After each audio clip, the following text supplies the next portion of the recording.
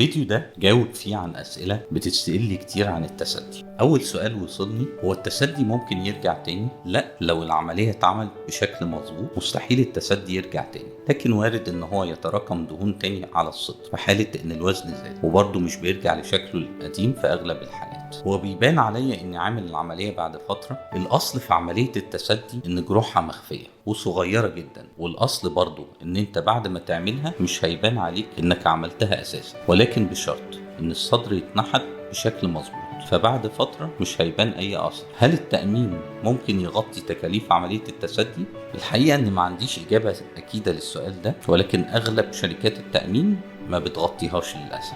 اللي بعد هي إيه نسبة نجاح العملية؟ العملية لو اتعملت بشكل مظبوط فهي ناجحة تماما بإذن الله. هل التسدي ممكن يروح بالرياضة؟